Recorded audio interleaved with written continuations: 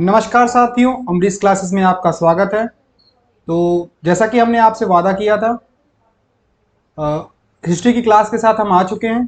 ठीक है, मैं हर्ष शुक्ला। तो अब आज हम करेंगे हिस्ट्री के कुछ महत्वपूर्ण क्वेश्चन। सबसे पहले इतिहास में हम करेंगे जो आपका प्राचीन इतिहास है उसके महत्वपूर्ण क्वेश्चन। ये क्वेश्चन आपके एग्जाम के लिए बहुत इंपॉर्टेंट है। जो भी यूपी पुलिस के एग्जाम की तैयारी कर रहे हैं उनके लिए तो ये क्वेश्चन बहुत ज़्यादा इंपॉर्टेंट है। उसके अलावा जो भी कोई वनडे एग्जाम की तैयारी कर रहा है उन सभी के लिए ये सारे क्वेश्चन इंपॉर्टेंट है। तो बस आपको क्या करना है कि इन क्वेश्चन को अच्छे से देखना है और नोट्स बनाना है। ठीक है, तो आपका पहला क्वेश्चन क्या है? हड़प्पा सभ्यता का सर्वाधिक मान्यता प्राप्त काल है 2800 ईसा पूर्व से 2000 ईसा पूर्व, 2500 ईसा पूर्व से 1750 ईसा पूर्व, 3500 ईसा पूर्व से 1800 ईसा पूर्व, या निश्चित नहीं हो सका। तो देखिए, अगर हम हड़प्पा सभ्यता से पहले अगर हम जो हमारा प्री हिस्टोरिक पीरियड है, ये सब हमारा प्री हिस्टोरिक पीरियड में आता है। अगर हम प्री हिस्टोरिक पीरियड को ध्यान में रखें तो हमारा प्री हिस्टोरिक पीरियड कैसे डिवाइड है?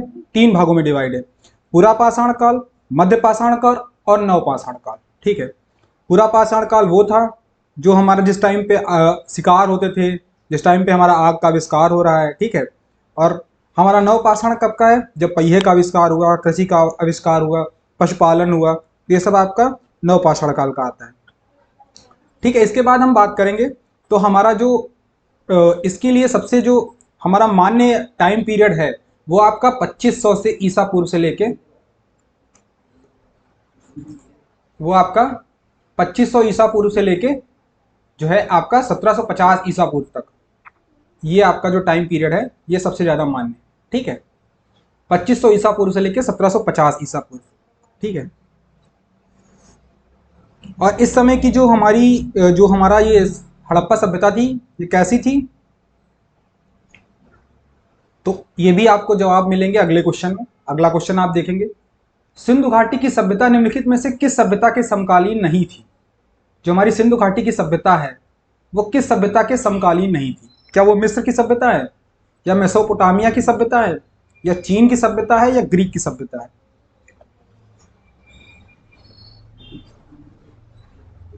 तो अगर आप गौर करेंगे तो हमारा जो मिस्र की सभ्यता है ये इसकी समकालीन थी।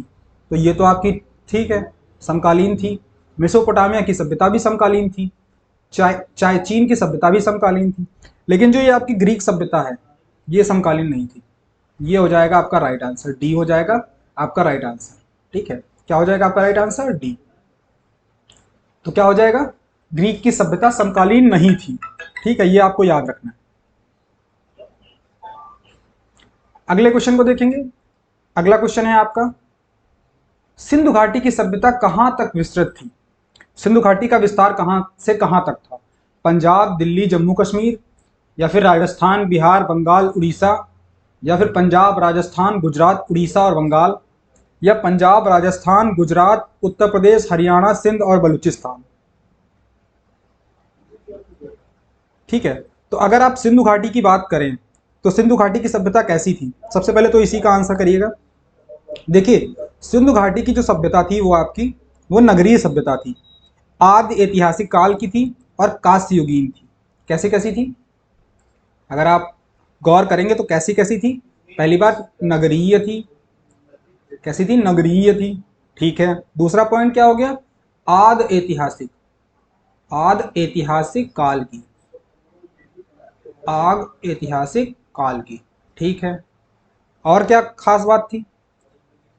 कांस्य युगीन थी, कांस्य युगीन। ठीक है, कांस्य युगीन थी। और क्या खास बात है? और इसकी सबसे खास बात यह है कि अगर हम इसका विस्तार देखें, अगर हम इसका विस्तार देखें तो ये हो गया आपका, पहले तो इनको मिटाएंगे। ठीक है, तो इनका विस्तार देखते हैं हम, कहां से कहां तक फैली थी हमारी सिंधु घाटी सभ्यता। देखते हैं।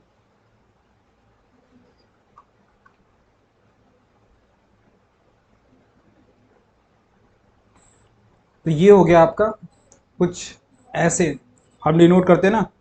ऊपर जो है हमारी मादा, मादा एक जगह पड़ती है, कहाँ पे पड़ती है? जम्मू कश्मीर में।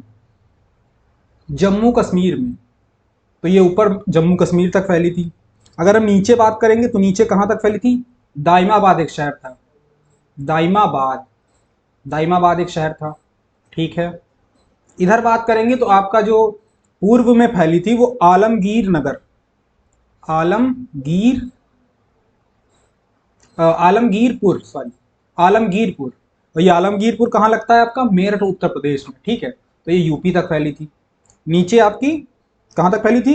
ये आपकी महाराष्ट्र तक फैली थी, महाराष्ट्र गुजरात इस साइड तक फैली थी। ये आपका पड़ता है सुतकोट, सुतकांगोडोर। ये आपकी कहाँ थी? बलूचिस्तान तक थी, बलूचिस्तान तक थी, ठीक है। और कहाँ थी? दाश्क नदी तक थी। तो आपका आंसर क्या हो जाएगा भाई? देखिए पंजाब, राजस्थान, गुजरात, उत्तर प्रदेश ये सारे थे, लेकिन कौन कौन साथ में था? सिंध और बलूचिस्तान भी थे। तो आपका राइट आंसर हो जाएगा डी, आपका राइट आंसर होगा डी। अगर हम अगले क्वेश्चन पर चलेंगे तो देखेंगे सिंधु घाटी की सभ्यता में घोड़े के अवशेष कहाँ मिले? तो क्या वो सुरकोटता थी, या बनावली थी, लोथल था, या कालीबंगा था? तो घोड़े के अवशेष कहाँ से मिले?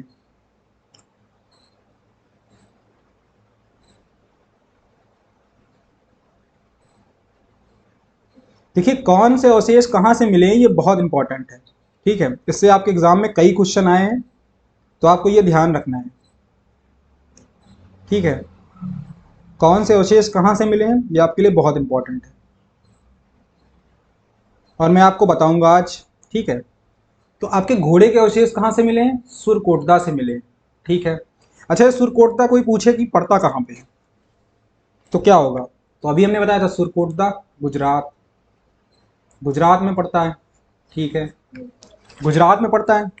इसके बाद अगर हम बात करें तो आपके कुछ और चीज़ें हैं, कौन कौन? जैसे कि एक पूछा जाता है आपके एग्जाम में कि काली चूड़ी कहाँ मिली थी, तो ये आपके कालीबंगा हो जाएगी, इसके नाम से पकड़ लेंगे। मोहनजोदड़ो में क्या क्या मिला था? मोहनजोदड़ो में क्या क्या मिला था? तो मोहनजोदड़ो में बात करेंगे, चलो अगले क्वेश्चन में करेंगे, ठीक है। तो ये आपका सुरकोटदा गुजरात, यहाँ पे क्या मिला था?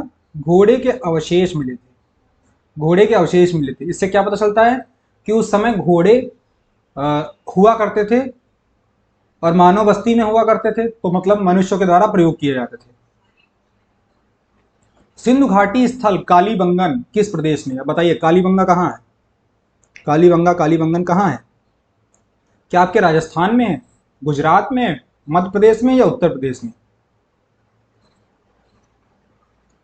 तो आपने देखा था अभी उत्तर प्रदेश में कौन सा था आपका?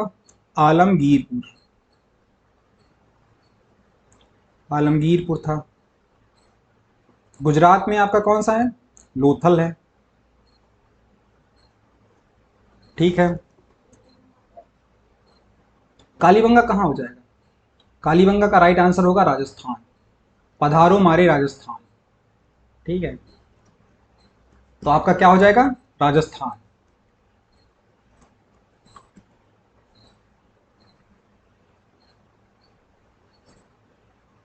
निम्नलिखित में से किस पदार्थ का उपयोग हड़प्पा काल की मुद्राओं के निर्माण में मुख्य रूप से किया गया? ऐसी कौन सी मुद्रा थी जो आपकी हड़प्पा काल की मुद्रा के मतलब जो हड़प्पा काल में मुद्राएं बनी, तो किस धातु का मुख्य रूप से प्रयोग किया गया? क्या वो आपकी सेल खड़ी थी, कांसा था, तांबा था, या लोहा था? तो आपकी जो सिक्के बने हैं उस समय, जो मुद्राएं बनी हैं किस समय? हड़प्पा काल में। ध्यान रखना है हड़प्पा काल में जो मुद्राएं बनी हैं ये सेल खड़ी की बनी है। सभ्यता वो कांस्य युगीन थी, लेकिन आपकी जो मुद्राएं मिलेंगी वो सेल खड़ी की मिलेंगी, ठीक है। कैसी मिलेंगी? सेल खड़ी की मिलेंगी। अगला क्वेश्चन देखेंगे, देखिए अगला क्वेश्चन वैसा ही आ गया। हड़प्पा सभ्यता किस युग की थी? कांस्य युग, नवपाषाण युग, पुरापाषाण युग, या लौह युग? तो हड़प्पा सभ्यता, हड़प्पा सभ्यता कैसी थी? कांस्य युगीन थी, कांस्य युगीन, हमने भी पढ़ा कैसी थी? कांस्य युगीन। अच्छा कांस्य युगीन क्यों बोला जा रहा है? क्योंकि इस समय कांस्य का जो बहुत ज्यादा उपयोग हो रहा था, ठीक है, ब्रॉन्ज का बहुत ज्यादा यूज हो रहा था, इसलिए इसको क्या बोल रहे हैं? कांस्य युगीन। ए हो जाएगा आपका राइट आंसर। अगले क्वेश्चन को देखेंगे। सिंधु घाटी सभ्यता के लोगों का मुख्य व्यवसाय क्या था? क्या वो व्यापार करते थे, पशुपालन था, शिकार करते थे या कृषि करते थे? और आपको जान के बहुत आश्चर्य होगा कि ये पशुपालन नहीं था। मुख्य सिंधु घाटी सभ्यता के लोगों का मुख्य व्यवसाय पशुपालन नहीं था। चूंकि शहर में रहते थे तो शिकार भी नहीं था। तो क्या व्यापार था या कृषि था? तो कृषि नहीं थी, कृषि प्रधान सभ्यता नहीं थी हमारी सिंधु घाटी। हमारी व्यापार, मुख्य व्यवसाय क्या था? व्यापार था। अगर किसी ने सिंधु घाटी सभ्यता पर आधारित मूवी अगर मोहनजोदाड़ो देखा, उसमें देखा होगा कि व्यापार होता था। और व्यापार कैसा होता था? वस्तु विनिमय प्रणाली थी। कैसी प्रणाली थी? वस्तु विनिमय प्रणाली। इसको इंग्लिश में क्या कहते हैं? Barter system. ठीक है, ये आपकी वस्तु विनिमय प्रणाली थी। इसमें क्या होता है? एक वस्तु के बदले आप दूसरी वस्तु हमें दे दीजिए। ठीक है, आप अनाज के बदले हमें दूसरी चीज दे दीजिए, अनाज के बदले हमें कपड़े दे दीजिए, अनाज के बदले हमें औषधि दे दीजिए। तो ये आपकी क्या हो गई? अनाज के बदले हमें नील दे दीजिए। नील की खेती बहुत होती थी। ठीक है, इंडिगो। हड़प्पा सभ्यता के निवासी थे। कैसे निवासी थे? ग्रामीण थे, शहरी थे, ययावर थे, या फिर ययावर क्या होता है? खाना बदोश, जो कहीं भी कुछ खाए पिए, जैसे बंजारे लोग होते हैं। ठीक है, इनको ययावर भी कहते हैं।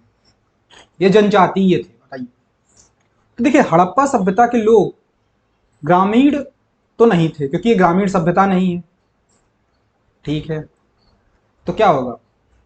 शहरी होगा आपका राइट आंसर। शहरी सभ्यता थी, तो क्या हो जाएगा? शहरी हो जाएगा। सिंधु सभ्यता के घर किससे बनाए जाते थे? घर बनाने के लिए कौन सा मटेरियल यूज करते थे सिंधु घाटी के लोग? ईंट से बनाते थे, बांस से बनाते थे, पत्थर से बनाते थे, या लकड़ी से बनाते थे?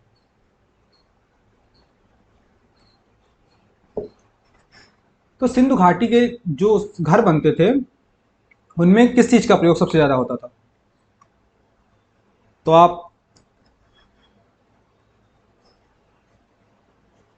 ईंट से बनाए जाते थे। ना वो बांस से बनाए जाते थे, ना पत्थर से, ना लकड़ी से। मेन जो सिंधु घाटी सभ्यता के घर बनाए जाते थे, ईंट से बनाए जाते थे। सोचिए कितनी मॉडर्न सभ्यता रही होगी।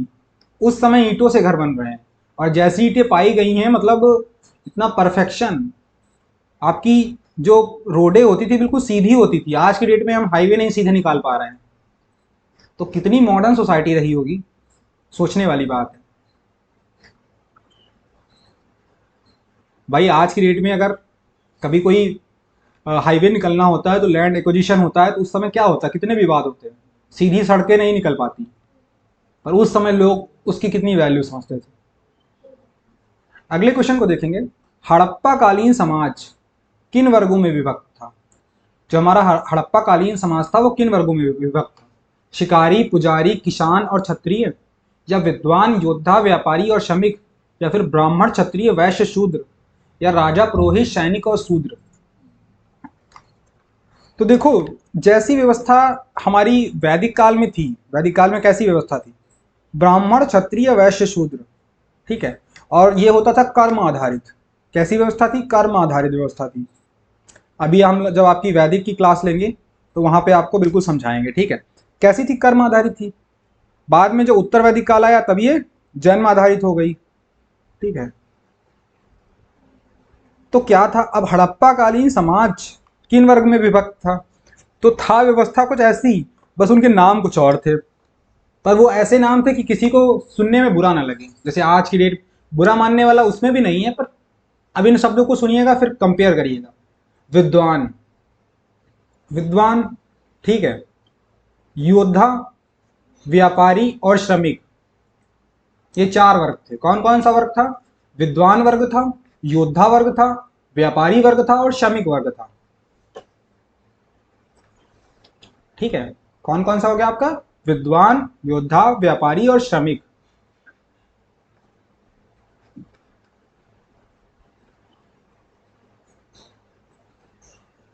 सिंधु सभ्यता का सर्वाधिक उपयुक्त नाम क्या है? जो ये हमारी सिंधु घाटी की सभ्यता है, इसका सर्वाधिक उपयुक्त नाम क्या होगा? क्या इसको हम हड़प्पा सभ्यता बोलेंगे, सिंधु सभ्यता बोलेंगे, सिंधु घाटी सभ्यता बोलेंगे, या इनमें से कोई नहीं?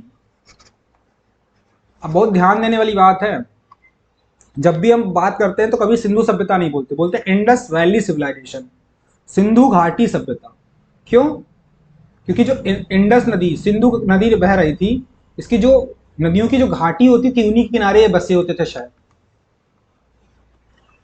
तब शहरों की बेस लाइन होती थी नदियां, आज भी होती हैं, ठीक है, बट आज पानी निकालने के और आधुनिक तरीके हैं। उस समय भाई पानी की आवश्यकता होती थी तो नदियों से पानी निकाला जाता था। तो सिंधु घाटी की सभ्यता जो थी वो नगरों नदियों के किनारे बसी होती थी, तो आपकी कैसी हो जाएगी? सिंधु घाटी सभ्यता, इंडस वैली सिविलाइजेशन। अगले क्वेश्चन को देखेंगे, हड़प्पा वासी किस वस्तु के उत्पादन में सर्वप्रथम थे? जो हमारे हड़प्पा वासी थे वो कौन सी चीज का उत्पादन सबसे ज्यादा करते थे? क्या वो मुद्राएं, या कांस के औजार, या कपास, या जौ?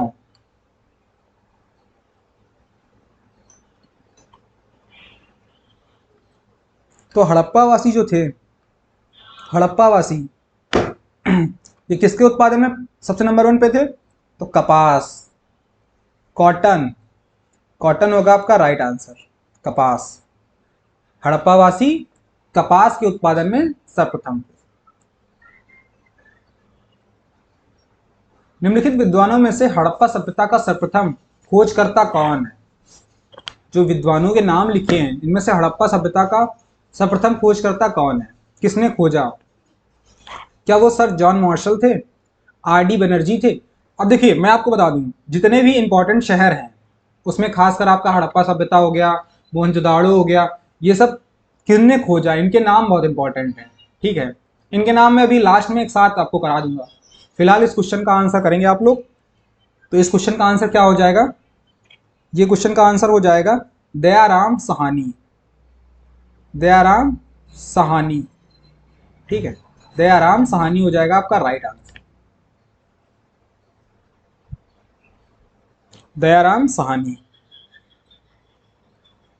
सिंधु सिंधु सभ्यता का जो अगला क्वेश्चन है, सिंधु सभ्यता का जो जो पत्तन नगर है, बंदरगाह वाला है, वो कौन सा था? मतलब ऐसे समझ लीजिए जो सिंधु सभ्यता था उस समय जो बंदरगाह था वो कौन सा था? कौन सा बंदरगाह था?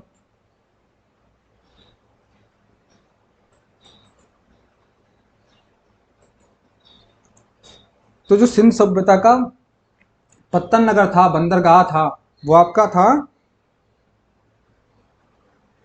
लोथल। और लोथल कहाँ पे पड़ता है? अब देखो लोथल वहां पे पड़ेगा जहां पे ओशन होगा, समुद्र का किनारा होगा। तो लोथल आपका गुजरात, गुजरात का जो कोस्टल एरिया है वहां पे पड़ता था आपका लोथल। और यहाँ से क्या हो रहा है? ये आपका पत्तन नगर है, बंदरगाह है। ये सिंधु घाटी सभ्यता का कौन सा क्या है? बंदरगाह है।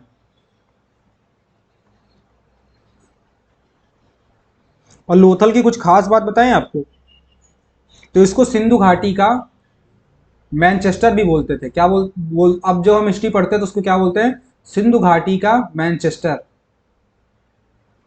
क्योंकि ये व्यापार के लिए मेन हो गया। अब भाई मेन कैसे हो गया? तो देखो सिंधु घाटी सभ्यता किस पे टिकेगी, मतलब पूरी जो है उसके लिए व्यापार किस पे टिकेगा? वो गुजरात पे टिकेगा ना, लोथल पे टिकेगा, लोथल से होगा। और लोथल की खास बात क्या है? यहां से धान और घोड़े के साक्ष्य भी मिले लोथल से, धान और घोड़े के।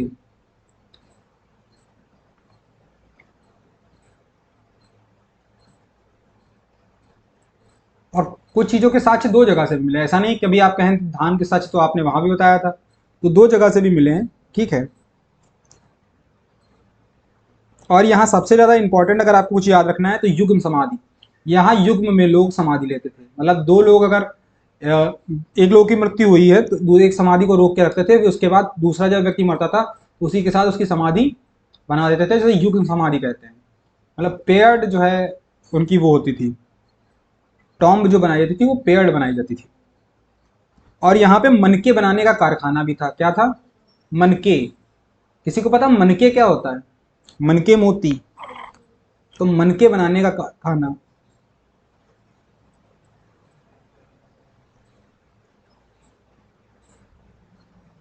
कितना एडवांस शहर रहा होगा, सोची लोथल।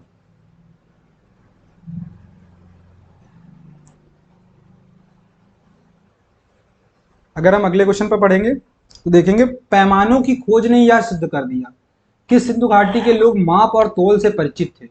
यह खोज कहां पर हुई?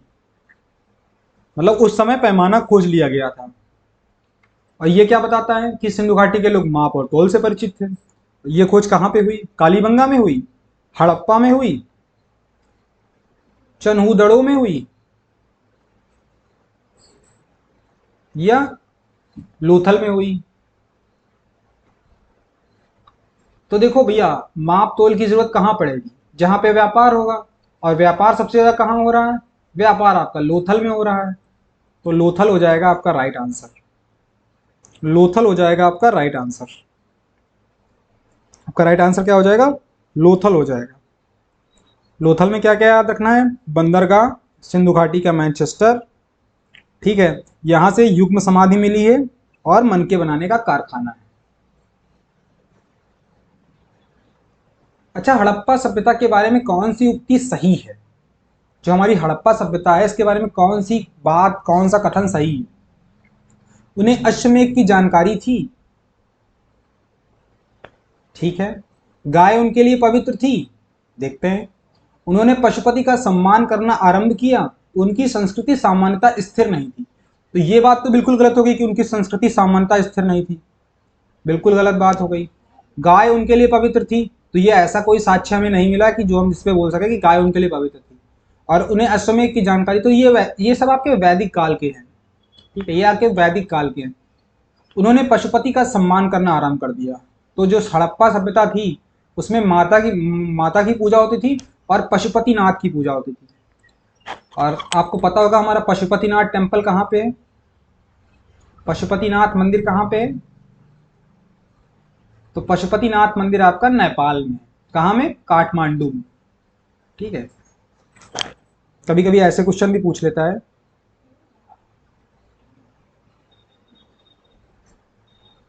ठीक है, अगले क्वेश्चन पर चलेंगे। हड़प्पा के लोगों की सामाजिक पद्धति कैसी थी? उचित समतावादी थी, दास श्रमिक आधारित थी, वर्ण आधारित थी, या जाति आधारित थी? तो मैंने अभी आपको बताया था हड़प्पा काल के लोग ऐसे थे, उन्होंने समाज का विभाजन किन आधारों पर किया था? तो विद्वान, योद्धा, व्यापारी और श्रमिक। बेसिकली वो जो है कर्म आधारित पूरा कर रहे थे। हुई बाद में वैदिक काल में भी ऐसी व्यवस्था थी, लेकिन उत्तर वैदिक काल आते आते वो जाति आधारित, जन्म आधारित हो गई।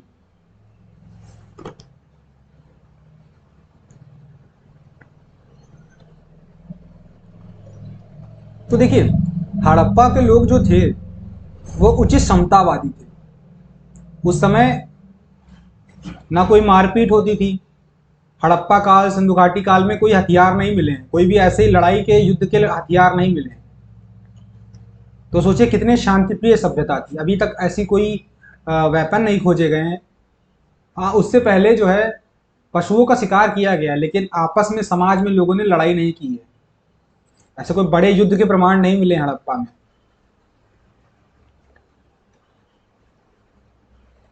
ठीक है। उचित समतावादी थे, एक दूसरे से कॉपरेट करके रहते थे, सबको न्याय की बात करते थे।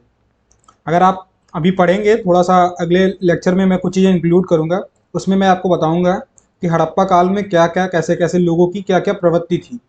उससे आप इन सब क्वेश्चन को और आसानी से आंसर कर पाएंगे, ठीक है। तो पहले ये क्वेश्चन देखिए, हड़प्पा सभ्यता के संपूर्ण क्षेत्र का आकार किस प्रकार था? ये पूरी जो हमारी सिविलाइजेशन है, इसका जो शेप था वो कैसा था? क्या वर्गाकार था, आयताकार था, त्रिभुजाकार था, या गोलाकार था?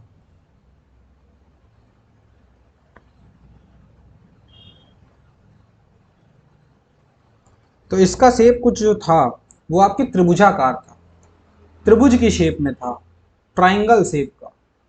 आपका हड़प्पा सभ्यता कैसी थी? ट्राइंगल शेप में थी। कैसा आकार था? त्रिभुजाकार था, ठीक है। थ्री ग्रिड सिस्टम था, त्रिभुजाकार था।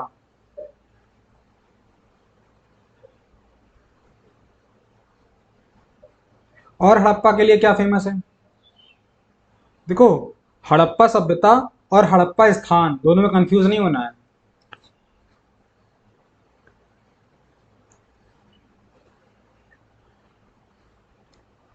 अगला क्वेश्चन देखेंगे, हड़प्पा सभ्यता के अंतर्गत हल से जोते गए खेत का साक्ष्य कहाँ मिलता है? मतलब कहाँ ऐसा था जहां हल से जुताई हुई है?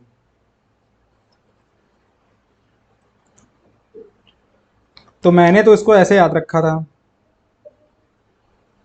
कि जब भी आए हल से जोते गए खेत तो हमको काली चूड़ी याद रखना है। ठीक है, हल से खेत जोते जा रहे थे तो उन्हें क्या मिला जुताई में? काली चूड़ी मिली। और काली चूड़ी कहाँ पे मिली थी? वो कालीबंगा में मिली थी, इसीलिए इसका नाम भी उसी तरह से पड़ा। तो क्या हो गया? कालीबंगा हो जाएगा आपका राइट आंसर। रोपड़ नहीं होगा, लोथल नहीं होगा। ठीक है, आपका राइट आंसर क्या होगा? कालीबंगा। क्या? हल से जोते गए खेत के साक्ष्य, मतलब यहाँ पे हल चलाए गए हैं, इसके साक्ष्य मिले हैं। एग्रीकल्चर था, पर अगर कभी बात आएगी कि मुख्य मतलब जो हमारा वो सभ्यता सिंधु घाटी सभ्यता थी उसका मुख्य व्यापार क्या था, तो क्या हो जाएगा? व्यापार। मतलब मेन वो लोग व्यापार करते थे। सैंधव सभ्यता की ईंटों का अलंकरण किस स्थान से मिला है? जो हमारी सैंधव सभ्यता है, इसकी जो ईंटें हैं इनका अलंकरण किस स्थान से मिला, कहाँ से मिली है ईंटें? जो सैंधव सभ्यता है, कालीबंगा से मिली है, चन्हूदड़ो से मिली है, मोहनजोदड़ो से मिली है, बनावली से मिली है। अच्छा, बनावली को बनावली भी लिखते हैं, बनावली भी लिखते हैं, बनावली। तो आप लोग कंफ्यूज नहीं होना कि नहीं आपने तो ऐसा कुछ बता दिया था, तो इसको ऐसा लिखते हैं कि अलग अलग किताबों में अलग अलग लिखते हैं ना। और अड़ा को प्रोनाउंसिएशन को लेके कुछ मैं भी आज तक नहीं समझ पाया हूँ। हिंदी मेरा मुख्य विषय भी नहीं है, तो पर मैंने हाँ इसको बनावली भी लिखते हैं और बनावली भी लिखते हैं। ठीक है, सैंधव सभ्यता की ईंटों का अलंकरण कहाँ से हुआ है? क्वेश्चन का आंसर करिएगा। तो ये भी आपका कालीबंगा से हुआ। अब कालीबंगा से आपको तीन चीज याद हो गई। सबसे पहले जो हल से जोते गए खेत, काली चूड़ी और सैंधव सभ्यता की ईंटों का अलंकरण। ठीक है, तो आपका राइट आंसर क्या हो जाएगा? कालीबंगा। अब एक आंसर से आपको बाकी चीजें जोड़ के रखनी है, ऐसा नहीं भूल जाना है। मोहनजोदड़ो कहाँ स्थित है? बताइए, मोहनजोदड़ो कहाँ स्थित है? आप लोगों ने तो मूवी भी देखी है, बताइए आंसर करिए। मोहनजोदड़ो कहाँ स्थित है?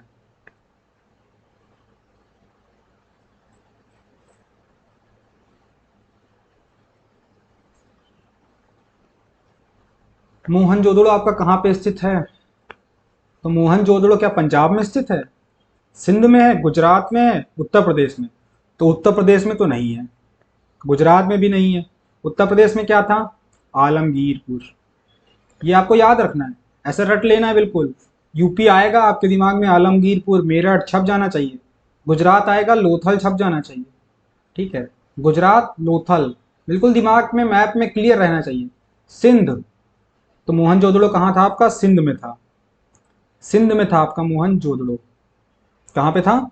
सिंध में था। अभी मैं लास्ट में एक रैप अप में बिल्कुल आप लोग को बताऊंगा कुछ पॉइंट्स, उनको एक बार आप लोग लिख लीजिएगा। उनके कुछ एक शॉर्ट नोट्स बना लीजिएगा, आपको बहुत हेल्प करेगा जब आप एग्जाम में वही शॉर्ट नोट्स पढ़ के जाएंगे।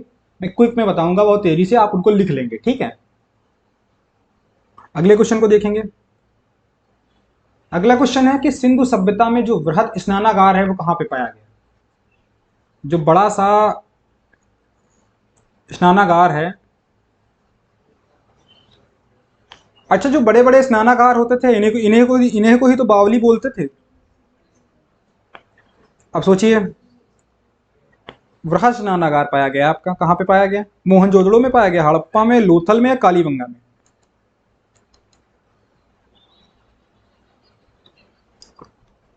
तो जो सिंधु सभ्यता का वृहद स्नानागार है वो आपका मोहनजोदड़ो में पाया गया है। और मोहनजोदड़ो में क्या क्या खास पाया गया है, तो लिखिएगा। अब यहाँ पे थोड़ा सा कहीं साइड में जो भी आप रफ या कुछ कहीं पे हो, या फिर स्क्रीनशॉट ही ले लीजिएगा। ठीक है, और बाद में से लिखिएगा। लिखने से क्या होता है, आपको चीजें ज्यादा याद होती हैं। तो मोहनजोदड़ो इसको हम क्या कहते हैं, मृतकों का टीला भी कहते हैं। इसमें सबसे बड़ा स्नानागार पाया गया, ठीक। लेकिन स्नानागार से भी बड़ा पाया गया सबसे बड़ा अन्नागार। अन्नागार, यहाँ की सबसे बड़ी बिल्डिंग क्या थी, सबसे बड़ा था अन्नागार, ठीक है। उसके बाद क्या हो गया, बृहद स्नानागार। स्नानागार भी बृहद था लेकिन सबसे बड़ा क्या था, अन्नागार। और क्या पाया गया यहाँ पे, पशुपतिनाथ की मुहर। पशुपतिनाथ की मुहर, पशुपतिनाथ की मुहर, पशुपतिनाथ साहब की मुहर, जो हमारे भगवान पशुपतिनाथ है उनकी मुहर पाई गई। और क्या पाया गया है, नर्तकी की मूर्ति। नर्तकी की मूर्ति भी हमारी कहां से पाई गई, मोहनजोदड़ो से, मूर्ति हो गई। और हम पॉइंट देखें अपने, तो शव के जलाने के साक्ष्य, मतलब शव को अगर कहीं जलाया जा रहा था तो वो कौन सा था, मोहनजोदड़ो था, जहां शवों को जलाने के साक्ष्य मिले। कहीं कहीं पर दफनाया गया है, और आपके लोथल में तो जो युग्म बताया था ना, दो लोगों को साथ में तो दफना रहे हैं, तो जल को, शव को जलाने के साक्ष्य, ठीक है। यहाँ पे शवों को जलाया जा रहा है, जैसे हमारे हिंदू रीति रिवाजों में होता है। दाढ़ी वाला पुजारी, दाढ़ी वाले पुजारी के भी साक्ष्य मिले हैं। दाढ़ी वाला पुजारी, इसके भी साक्ष्य मिले हैं। तो ये आपके सबसे बड़ा अन्नागार, बृहद स्नानागार, पशुपतिनाथ की मुहर, नर्तकी की मूर्ति, शव को जलाने के साक्ष्य, दाढ़ी वाले पुजारी, ये आप याद रखेंगे क्या, मोहनजोदड़ो। इसको हम और क्या कहते हैं, मृतकों का टीला कहते हैं। अगले क्वेश्चन पे आएंगे। अब देखिए आपके 7-8 पॉइंट तैयार हो गए। अब कभी ये 7-8 पॉइंट आएंगे तो आप कर पाएंगे। तो आप इसको सिर्फ क्वेश्चन मत समझिए, इन क्वेश्चन से आप थ्योरी भी कर रहे हैं, ठीक है। आपको थ्योरी अलग से करने की जरूरत नहीं है, इन्हीं क्वेश्चन से आपकी पूरी थ्योरी हो जा रही है। और यूपी पुलिस वाले इसे ध्यान से देखेंगे, उनका कोई भी क्वेश्चन इस क्लास से बाहर जा ही नहीं सकता। और भी कोई वनडे एग्जाम देख रहा है उसको बहुत हेल्प करेंगे ये लेक्चर्स, ये क्लासेस, ठीक है। अगला क्वेश्चन है, सिंधु सभ्यता की मुद्रा में किस देवता के समतुल्य चित्रांकन मिलता है। जो हमारी सिंधु घाटी की सभ्यता है उसमें जो मुद्राएं पाई जा रही हैं उसमें किस देवता का फोटो मिल रहा है, क्या वो आदि शिव है, या आदि ब्रह्मा, आदि विष्णु, या आदि इंद्र। तो सिंधु घाटी हमने बताया था पशुपतिनाथ, और पशुपतिनाथ किस भगवान को रिप्रेजेंट करता है, पशुपतिनाथ की जो हम पूजा करते हैं किस रूप में करते हैं, भगवान शिव के रूप में करते हैं ना। भगवान शिव को क्या बोलते हैं, पशुपतिनाथ बोलते हैं। देवों के देव, पशुओं के देव, हमारे आदि शिव, आदि शिव। तो सिंधु घाटी में जो हमारे जिस देवता का समतुल्य चित्रांकन मिलता है वो हमारे आदि शिव हैं। अगर आपके ऑप्शन में पशुपतिनाथ नहीं तो आप आदि शिव भी लगा सकते हैं, ठीक है, वही आपका राइट आंसर होगा। अगले क्वेश्चन पर चलेंगे, देखेंगे निम्नलिखित में से कौन सा हड़प्पा कालीन स्थल गुजरात में है। अभी देखो हमने कितनी बार आपको पढ़ाया, अब तक तो आपको रट जाना चाहिए था भाई कि आपका कौन सा हड़प्पा कालीन स्थल गुजरात में है। तो कालीबंगा कहाँ पे था, राजस्थान में था, राजस्थान में था, ठीक है।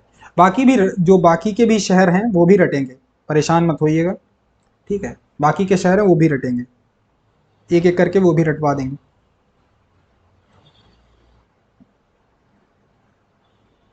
ठीक है। तो इस क्वेश्चन का आंसर क्या हो जाएगा आपका, लोथल हो जाएगा, लोथल गुजरात। और लोथल गुजरात से क्या क्या याद करना है, सबसे बड़ा बंदरगाह, मतलब मेन बंदरगाह वही था, ठीक है। और मेन बंदरगाह वही था तो सब उसको क्या बोलेंगे, सिंधु घाटी का मैनचेस्टर, सिंधु घाटी का मैनचेस्टर हो जाएगा। और क्या था साथ में, जो मतलब युग्म समाधि जो पाई जा रही है जहां पे एक साथ दो लोग को दफनाया जा रहा है, ठीक है। तो ये सब आपका लोथल से जुड़ जाएगा। अगले क्वेश्चन को देखेंगे, मोहनजोदड़ो को किस एक अन्य नाम से जाना जाता है। तो मैंने कितनी बार अभी बताया कि मोहनजोदड़ो मृतकों का टीला, मोहनजोदड़ो मृतकों का टीला, तो यही आपका राइट आंसर हो जाएगा। जीवितों का टीला नहीं है भाई, कंकालों का टीला नहीं, दासों का टीला नहीं, मृतकों का टीला होगा आपका मोहनजोदड़ो। इसको इंग्लिश में क्या बोलते हैं, माउंट ऑफ डेड, मृतकों का टीला, मोहनजोदड़ो। और मोहनजोदड़ो में क्या क्या मिला था, अभी हम लोगों ने इसको देखा था, कई 4 5 6 चीजें मिली थी, दाढ़ी वाला पुजारी और ये सब करके थे ना। चलो याद रखेंगे। अगले क्वेश्चन को देखेंगे। हड़प्पा सभ्यता का प्रचलित नाम है क्या है?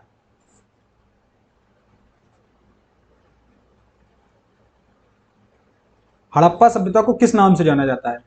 तो अभी आप लोग कंफ्यूज हो रहे थे, इसीलिए मैंने इस क्वेश्चन को लास्ट के लिए बचा के रखा था। अब हड़प्पा सभ्यता ही हमारी जो है, इसी को हम सिंधु घाटी सभ्यता के नाम से जानते हैं।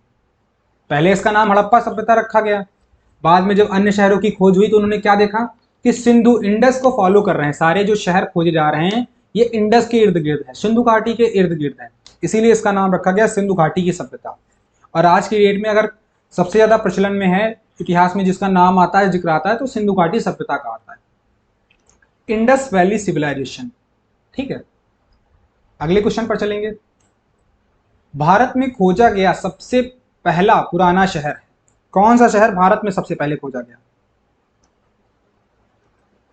क्या वो हड़प्पा था, क्या वो पंजाब था, मोहनजोदड़ो था, या सिंध था?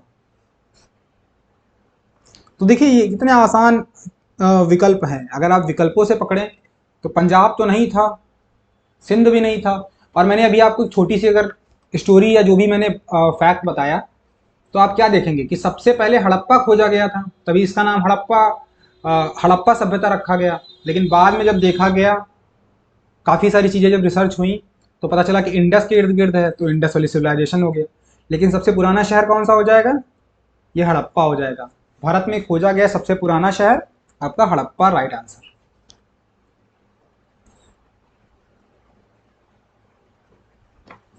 नेक्स्ट क्वेश्चन पर चलेंगे। भारत में चांदी की उपलब्धता के प्राचीनतम साक्ष्य मिलते हैं। चांदी कहां से मिलेगी भाई? क्या हड़प्पा संस्कृति से मिलेगी? पश्चिम भारत की ताम्रपाषाण संस्कृति से, वैदिक संहिताओं में, या चांदी की आहत मुद्राओं में? तो अभी तो आप लोग इसका आंसर बिल्कुल आसानी से कर सकते हैं कि हड़प्पा संस्कृति में मिलेगी, पर यही क्वेश्चन आपका अचानक से पूछा जाता ना, तब आपके लिए मुश्किल हो जाती है। अभी तो बता देंगे क्योंकि हम लोग हड़प्पा संस्कृति और सिंधु घाटी पढ़ रहे हैं, पर ये क्वेश्चन जब हम सब पढ़ लेंगे उसके बाद जब हम प्राचीन इतिहास पढ़ेंगे तब ये क्वेश्चन आपके लिए मुश्किल होगा। तो आपको याद रखना है, चांदी की उपलब्धता का प्राचीनतम साक्ष्य मिलेगा आपका हड़प्पा संस्कृति से। हड़प्पा संस्कृति से।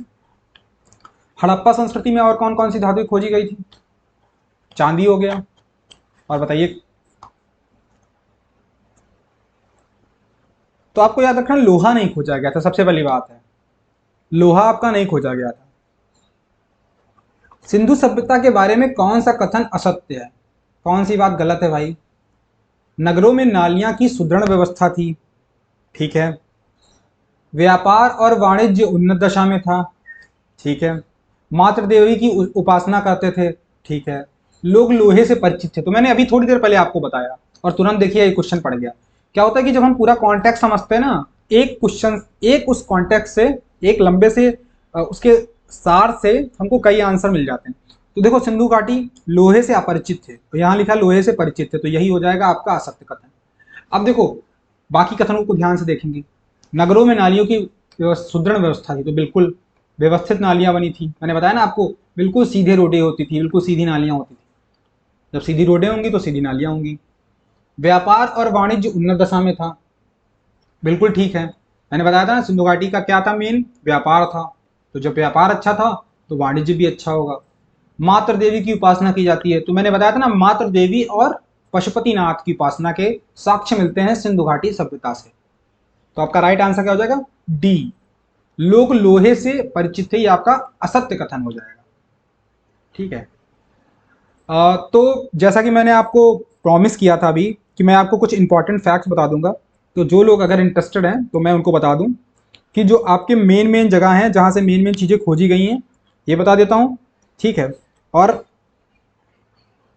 और मैं आपको कुछ इंपॉर्टेंट फैक्ट्स हैं वो मैं बता देता हूँ, ठीक है। अब आप लोग ध्यान से देखिएगा, ध्यान से देखिएगा, ध्यान से सुनिएगा, बिल्कुल एक एक चीज़ बिल्कुल क्रिस्टल क्लियर समझ में आएगी, ठीक है।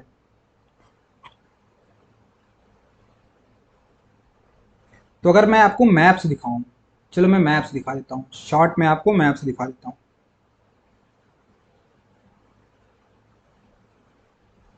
ठीक है। ये ऐसा दिखता है कुछ हमारा प्यारा भारत महान देश।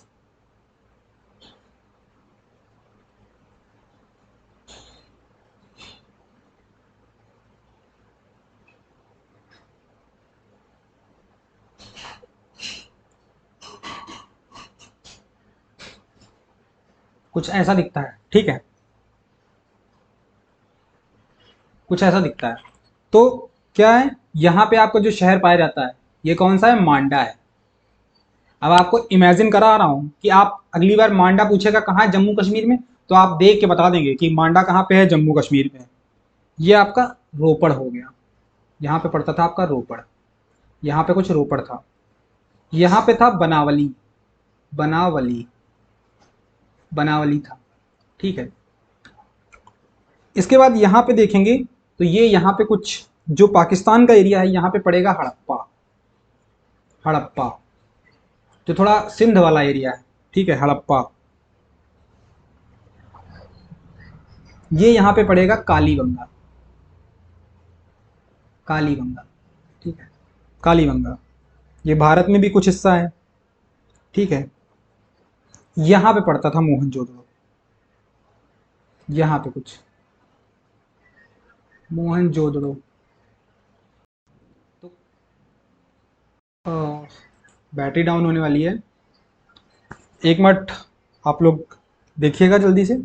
ये आपका हो गया मोहनजोदड़ो, ठीक है। यहाँ पे आप अगर ध्यान देंगे तो यहाँ पे आपका पड़ता है लोथल, गुजरात बताया था ना लोथल, और यहाँ पे गुजरात है, और ये यहाँ दैमाबाद महाराष्ट्र में आपका, ये यहाँ पे खत्म हो गया। अच्छा, कुछ हमने यूपी की भी बात की थी, तो यूपी यहाँ पे पड़ता है ना, तो यहाँ पे क्या हो जाएगा, आलमगीरपुर, आलमगीरपुर, ठीक है, आलमगीरपुर, ठीक है। और एक और जगह है वो मैं बता दूं, वो बहुत कम पूछा जाता है लेकिन सुदकांड, कांगोडोर, ठीक है। ये कुछ यहाँ पे पड़ेगा। तो ये कुछ आपका ओवरव्यू हो गया, ऐसा आपका जो शहर है, ये आपकी इंडस वैली कुछ ऐसे ऐसे, ये इसकी फिर ट्रिब्यूटरीज यहाँ ये भारत में ऐसे ऐसे ऐसे अंदर जा रही हैं, और देखिए इन्हीं के इर्द गिर्द शहर बस रहे हैं, ठीक है। तो ये है आपकी इंडस वैली सिविलाइजेशन, सिंधु घाटी सभ्यता।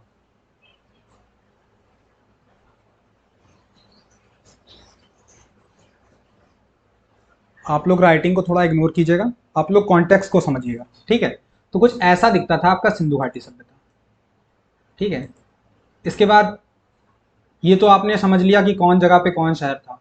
अब आप अंदाजा भी लगा सकते हैं, अगर विकल्प दिया है तो आप उससे ये भी अंदाजा लगा सकते हैं कि हाँ, लोथल गुजरात में क्यों पड़ रहा है, ठीक है, आलमगीरपुर यूपी में क्यों पड़ रहा है, मेरठ में क्यों पड़ रहा है, तो थोड़ा बहुत आप अंदाजा लगा पाएंगे, ठीक है। अब कुछ और इम्पोर्टेंट फैक्ट्स देख लेंगे, उसके बाद इस क्लास को रैप अप करेंगे, इस क्लास को समाप्त करेंगे, ठीक है। तो जो शहर हैं, अगर पूछेगा कितने बड़े शहर थे, तो 6 बड़े शहर थे। सिंधु घाटी सभ्यता में कितने बड़े शहर थे, 6 बड़े शहर। कौन कौन से, पहला हो गया आपका मोहनजोदड़ो, मोहनजोदड़ो जो पाकिस्तान में पड़ रहा है, ठीक है, मोहनजोदड़ो।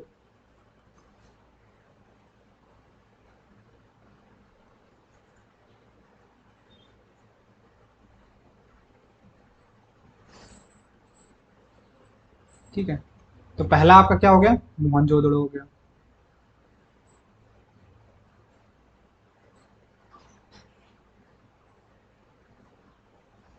दूसरा आपका हो जाएगा हड़प्पा, हड़प्पा भी आपका इंपॉर्टेंट शहर था, हड़प्पा हो जाएगा। तीसरा देखेंगे आप तो क्या हो जाएगा, गढ़वारी वाला, क्या हो जाएगा, गढ़वारी वाला। चौथा हो जाएगा धौलावीरा, पांचवा राखीगढ़, और छठा कालीबंगा। तो ये आपके 6 बड़े शहर हैं, इनको अच्छे से पढ़ना है। तो अगली क्लास में आपको क्वेश्चन कराऊंगा, उनमें ये सारी चीज़ें बहुत अच्छे से रैप अप होंगी। अब आप लोगों ने एक बार देख लिया है ना अब इसको बहुत अच्छे से जोड़ पाएंगे इस चीज़ को, ठीक है। तो ये थी आपकी सिंधु घाटी सभ्यता, ठीक है। ये कुछ इंपॉर्टेंट चीज़ें हैं। ऐसे हर क्लास के बाद मैं कुछ पॉइंट्स आपको बताऊंगा जो 10-5 मिनट में लगेंगे, आप उनको नोट करते रहिएगा, वो बहुत हेल्प करेंगे और बहुत सारे क्वेश्चन का आंसर आप एक साथ कर पाएंगे, ठीक है। आज की क्लास पहली क्लास है तो इसमें इतना ही रखते हैं, ठीक है। क्लास से जुड़ने के लिए बहुत बहुत धन्यवाद, थैंक यू सो मच। बस आपको क्या करना है, सेशन को लाइक करना है, अच्छे से शेयर करना है, और ऐसे ही और सब्जेक्ट क्लासेस चाहिए तो बस अच्छे से इस क्लास को शेयर कीजिए, जितना हो सके उतना शेयर कीजिए। जिन लोगों ने सब्सक्राइब नहीं किया वो लोग सब्सक्राइब करेंगे। Thank you so much.